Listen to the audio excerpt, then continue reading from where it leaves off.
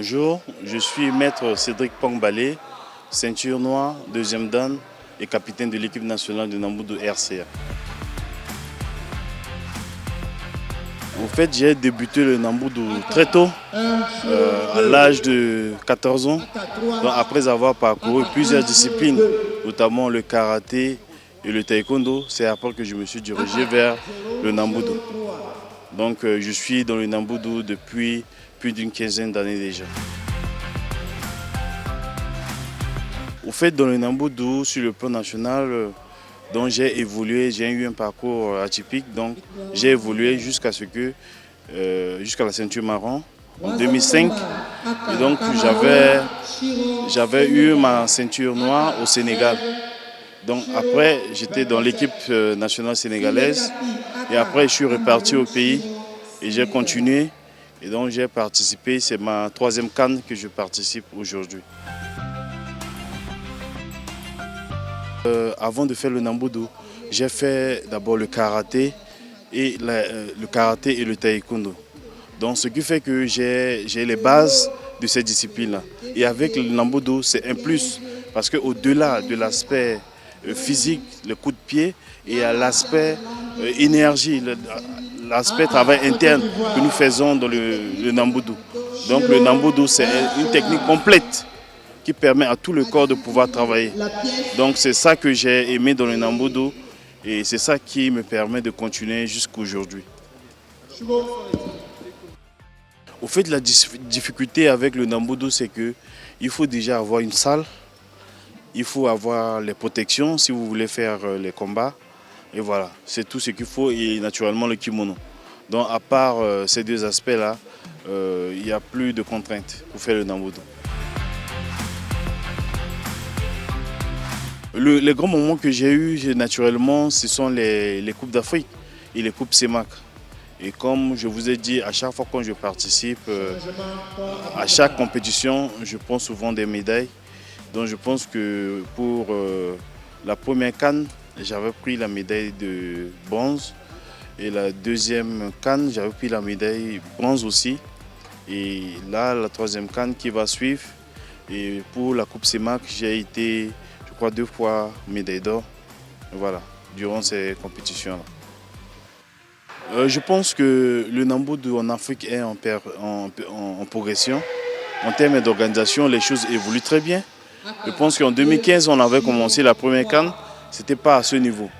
Aujourd'hui, nous avons plus de pays qui viennent participer maintenant et le niveau a vraiment augmenté. Le niveau de l'arbitrage, le niveau des athlètes, la compétition était vraiment d'un niveau vraiment très élevé. Et donc, on essaie de se battre pour essayer de défendre la couleur de notre pays.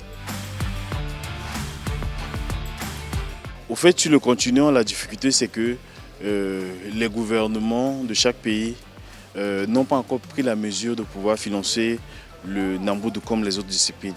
Ce qui fait que la plupart des pays ont des difficultés pour prendre part aux différentes compétitions. Par exemple, pour la RCA, nous avons beaucoup d'athlètes qui ne sont pas venus pour participer, pour prendre part à cette compétition, faute de moyens. Et donc là, on n'a pas le soutien encore du gouvernement. Donc c'est avec les moyens de bord que nous sommes déplacés pour venir défendre le pays et pour voir comment cette situation va être réglée en notre décembre.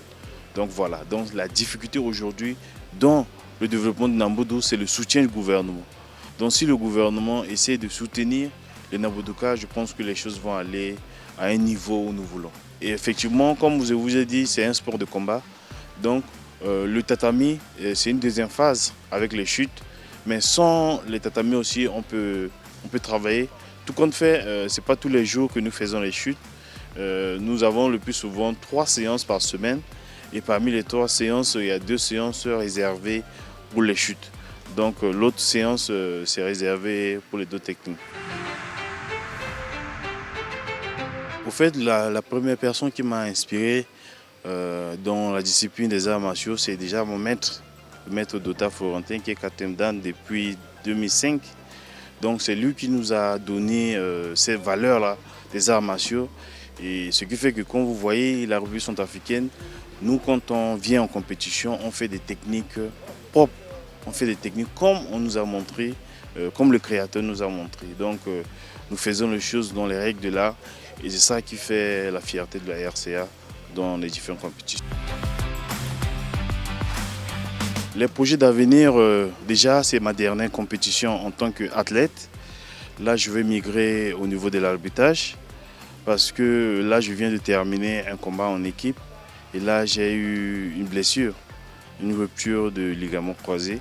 Donc, lors de la dernière compétition, j'ai déjà eu cette blessure et là, ça a encore repris. Donc là, je vais migrer vers l'arbitrage pour essayer de faire développer le Nambudo d'une autre manière sur le plan africain et international. Voilà mes projets à court terme.